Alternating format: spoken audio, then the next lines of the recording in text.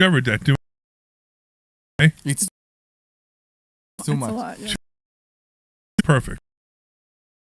Back to rail. You are. No. That's me. That was completely That's new. me. That's me. A unit yourself. What do you expect?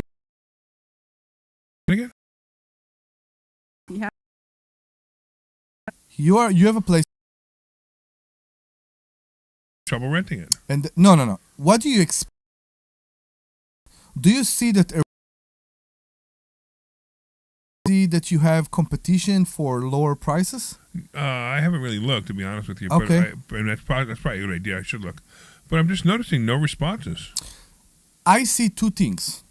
I see people that are ridiculously above me, Right? above my price. Above my price, and for maybe houses that look worse, and I see people that are extremely under my price, which means the gap is very big. It's very, very big right now. But there's no doubt that people understand the market, and we see the prices are the prices are dropping. You see, Yeah, the prices are dropping. Housing prices are dropping. Rent prices are dropping. There's no doubt. yeah. But it's dropping slow. It's not like a super fast drop, but it's dropping. There's no doubt in my mind. Yeah, there's no doubt in my mind. You know, and again, the only thing holding the prices up are the fact that people aren't moving. You know, we talked about this. There's no inventory. That's why prices are as high as they are right now. As soon as there was more inventory, prices are going to come crashing down. So around us, around where we are right now, there is a lot of inventory for rentals, but they are very high-end rentals. Yes. Very much high-end rental, which means 2-bedroom apartments for $3,000. And they are out there right now. You know that next to the mall, they're releasing right now Yeah. all this big community that is next to the mall, which is huge. Huge. And I'm actually curious about how much the prices are there. Look it up. But there are many developments right now owned by big companies, and the rentals are out there. Owning is, of course, difficult, extremely difficult right now. Owning what, a house? Yeah. Mm-hmm. Still. I don't know if I agree with that. Okay. I mean, I think that if you, like, you've been looking for a house, and if you wanted to buy a house, you could buy a house.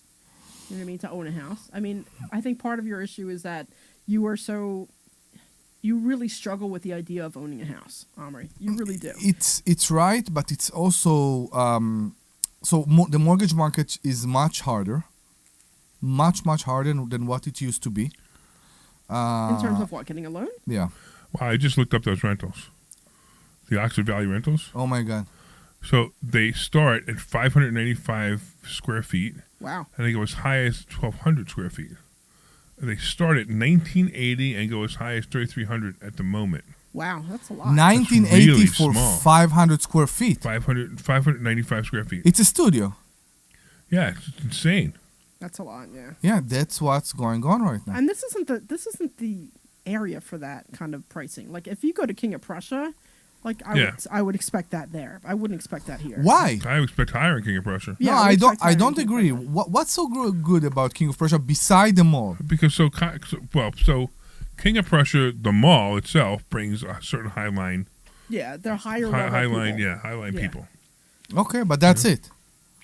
Nothing else about King of Prussia. And So- I'm in this area a lot. Doesn't appeal. I was in the mall yesterday. I had to run out today, but I was in the mall yesterday, like the one that's right near the apartments that you were talking about. Yeah, Oxford Valley. And, you know, Oxford Valley. So, and one of the stores was by appointment only, which is very weird in Oxford Valley. It was by appointment only, and it was for renting out for when you're having a big event. Like, here's the plates, here's the tables, here's the chairs, or whatever. And honestly, Oxford Valley is not the place to do that kind of stuff in. It's just, you don't have the clientele to have that kind of high level service here. Like, it just, and I don't mean it. I agree. I don't mean it in a bad way. It's just that this is not the place to do it. It changed. I would expect that at King of Prussia. You know, I would expect that there, but I would not expect that here because you don't have people coming in and spending $5,000 on a rental a month. You know what I mean? Like, it's just not going to happen here. There's a very good chance that King of Prussia, that Oxford Valley will be the next Neshaminy. Or maybe they will Yeah, but even convert Neshaminy- more You mean commercial. the mall? The mall. Yeah. So the mall is slowly being knocked down. Yeah. You could tell it's Yeah. slowly being knocked down. That's Yeah, why and they then build already the apartment. Maybe Now, they maybe will the do apartments more. will bring it back, but I don't know. I wouldn't hold my breath for that. They need to make it so it's part of the community where they have certain restaurants inside the mall. Mm-hmm. So the community can walk over there and have certain meals and maybe Yeah. do certain things. 5 years ago, this mall was full. No, it wasn't. No, it wasn't. Not 5 It years wasn't. ago. It wasn't full for a really long time. Yeah. But COVID killed all malls. Yeah. Basically, they put all the malls out of business. COVID, because nobody wants to. People got used to shopping online. I mean, look what happened yesterday, right? We're talking about Black Friday. Mm-hmm. There was no traffic. There was no lines. There was no nothing yesterday. It was not like it used to be where it used to be Black Friday, where the stores, they lost money all year, and on Black Friday, they made the money back. Yeah. That didn't happen yesterday. No way. And then they have this thing called Cyber Monday, Yeah. where everybody goes online. And I'm going to tell you right now, I don't even think Cyber Monday is going to be like Cyber Monday. I think Cyber Monday is going to be, it's going to be good, but it's not going to be like it used to be because people are buying stuff all year round now. So I mean, my wife and I, we don't even buy each other presents anymore. You know why? Why? Because whatever buy- she wants, you I'll just buy buy her, and whatever I want, she'll Yeah. buy me. So we don't need to buy presents anymore. Yeah, And we don't we're- even want anything, to be honest with you. Yeah, we're in the same spot. Like we'll buy something for the girls or something if they want something. But like I always say, I'm like, there's nothing I need because if I wanted, I would have already bought it. So let's talk about that because I see the same situation right now with the contract to hold apartment. People coming, you explain to them over the phone, bring a deposit if you're serious and you want me to hold the apartment for you, Right, sure. the unit for you. They tell you they understand. They come to see the place and they say they don't have the money on them Okay, right so what now. Army's talking about for you Now- guys who are listening, because I know Army Yeah. thinks everybody's in his head.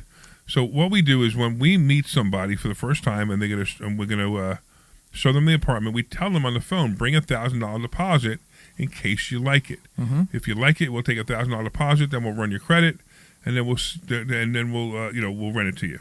But Now- we're not taking it off the market unless you give us the $1,000 deposit. Correct. Now, So- people has less money right now, you believe? Well, or right what's now, going a lot on? of people living on credit, and that seems to be a big thing right now, where people were used to living a certain lifestyle, during the Trump era, when Trump was president the first time, Mhm. they were used to live in a certain lifestyle.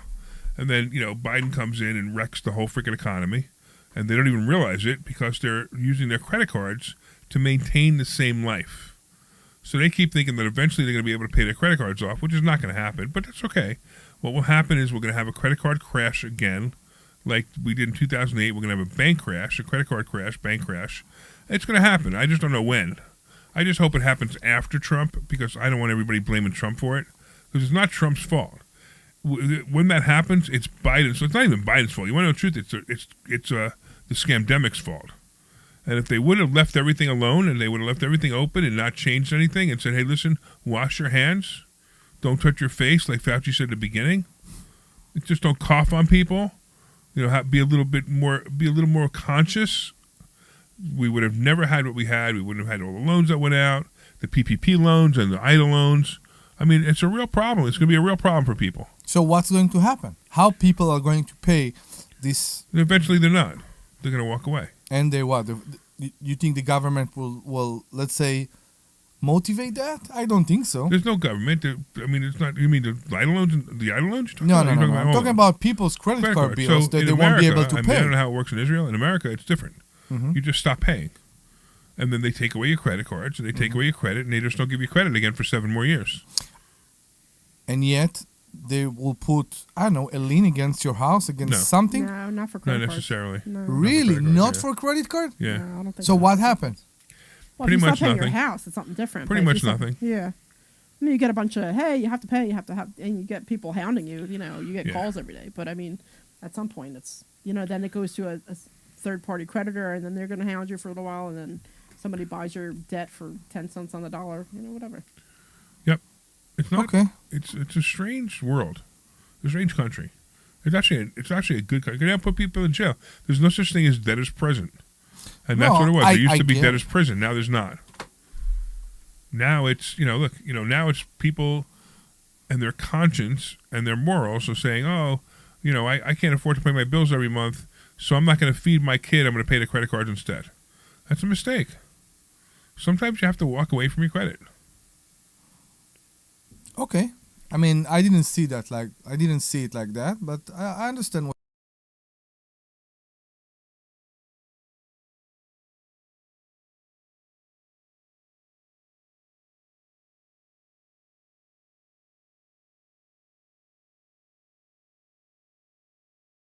As a tenant, if, for example, they have no record at all of landlord-tenant problems in the past. So it depends, right? So it's not, you know how I am. I don't necessarily go by credit score alone. Mm-hmm. I go by what's caused the problem, right? Tell me the story, yeah. So yeah, so what's the story? Why were you late in why were you late in a car payment? You're not going to believe it, but I have automatic debit, and they didn't take it that month. And I mean, that's a legitimate story. But if they say, well, if they have 3 or 4 lates on their car payment, what happened? Sometimes I just can't pay my bills. Sorry, I don't want that happening to me. You're not my tenant.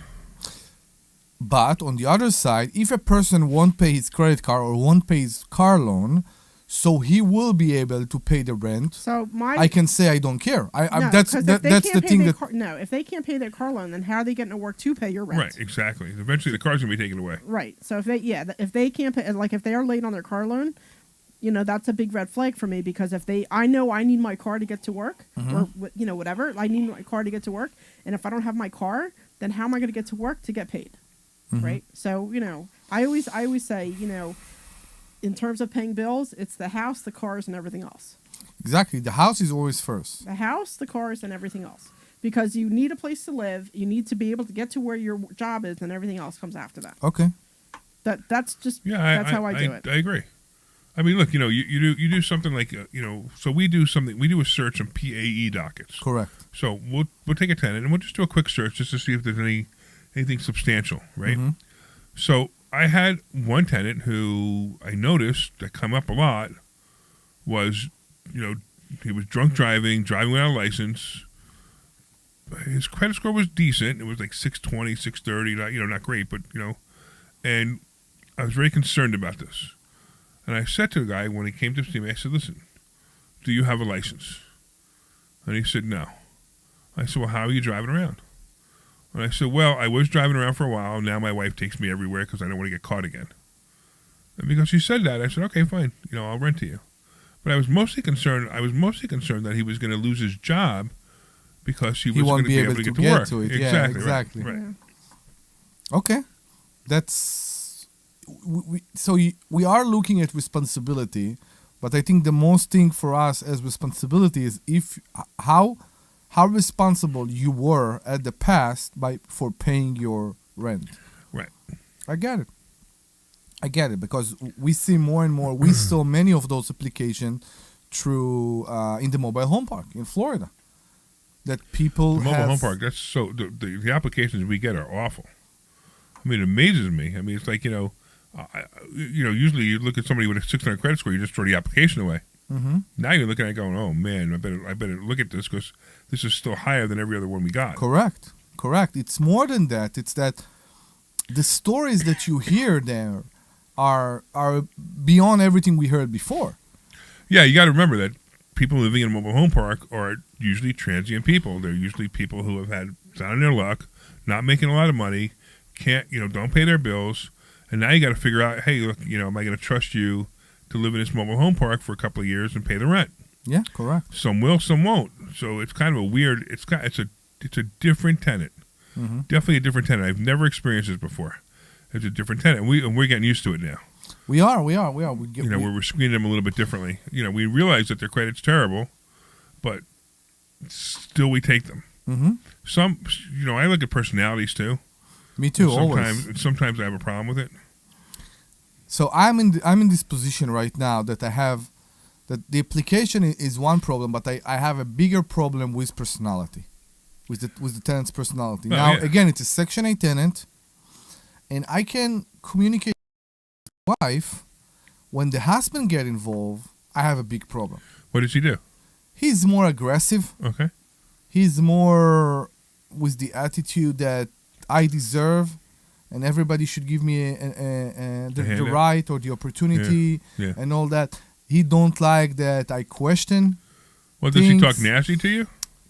Not nasty, aggressive. He didn't talk nasty to me yet. So then It move would on. be. I would move on. If somebody was doing that to me, I'd be like, you know what? I'm I not sure this I is a good fit agree. for you. I agree with you in this case because we are such in an advanced situation, especially with the organization that pay all their moving costs and all that. I want, especially because this organization guaranteed for so long, and I think that's the problem. If you are a landlord, you need to know, and that's something I'm learning from Larry, how to screen those voices sometimes. Yeah. I was in situation with Larry that I want to catch this disease. So you know, Someone can shout at him or curse him or whatever. He said, okay, tell me when you can pay your rent. Bye. Boom. That easy. He don't get offended by this attitude for some reason.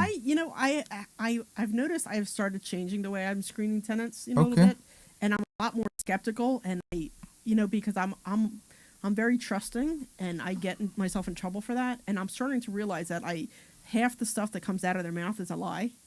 And then I sit, and I don't, No, and I don't it's, know. no, I'm telling a lie.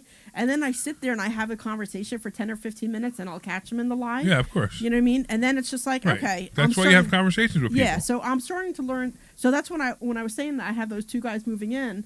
The guy I went and I spoke to for like a good 20 minutes. He was really nice. We were going back and forth. I was asking him all kinds of questions, and he was fine. I'm like, I want to meet your roommate. Well, he's across town. I'm like, well, go get him because until I meet him, and then like the first 10 minutes, he was just really quiet. He wasn't talking to me, and I'm like, yeah, this isn't going to happen. And then I started asking other kinds of questions, and we just started having a conversation. And he opened up, and he was, and they seemed like the two of them, they seemed really nice. So I'm really comfortable with them. But I think if I wasn't able to meet that other guy, it wouldn't have been worth it for me. Because you know what? I learned that lesson. I was in this situation before, and when it's a family, when it's a couple, when it's few adults living in the same house, I find the person that I want to communicate with. Believe it or not, in one of my Norristown property, is the teenage son. It's also because the parents don't speak the language, but it's because he has the most patient. He's the most communicative, of course. Okay? If there is a problem, he send me a picture of the problem. He send me a confirmation for the rent payment because it's direct deposit every month. Best way. The best person. And that's why every time I'm in this situation that I'm trying to find a new tenant, I try to find the person that I will communicate with. Because to me, it's the most communication, relationship, everything. The most important thing about is, of course, how the communication will go. All right, I'm like, it was a great conversation about tenants, so I'm really glad we had it. So if you, by the way, in case you thought that this made it sound like landlording is difficult, it's not. It actually, if you listen to this conversation carefully, you actually see that we've learned how to be landlords. Exactly. And you can learn how to be a landlord too at Investor Schooling, of course. But if we learn how to be a landlord, things are going to be much, much better for you. Mm-hmm. It's not the same. You don't hear these stories. Everybody got these stories that somebody stayed forever, etc. It doesn't happen. Anyway, I want to thank everybody for listening. You guys are awesome. We appreciate it. This was our third hour. We did pretty good. We kept it going, Deb. We kept it going. Yoo-hoo! Of course, I want to thank Dr. Deb, and I want to thank Omri for both being here. And, of course, the sweet Glenn Page for being our awesome producer. If you want to learn more, go to investorschooling.com. That's investorschooling.com. And you could take a complimentary class this Thursday. See you there. This program is paid for by You are clear. Thank you, sir. All right, thank you, Glenn. We look Talk forward to to you seeing later. you Monday. Bye. Yeah, Larry. Yeah. Which hour do you want? I don't know. Which hour do we want? I would say the second one. All right, let's do the second one. 2 to 3. Okay, you Thank got you. it. And also, is there anything I need to bring to the? Yes, it's a potluck. Other than the potluck. Yeah, just a potluck.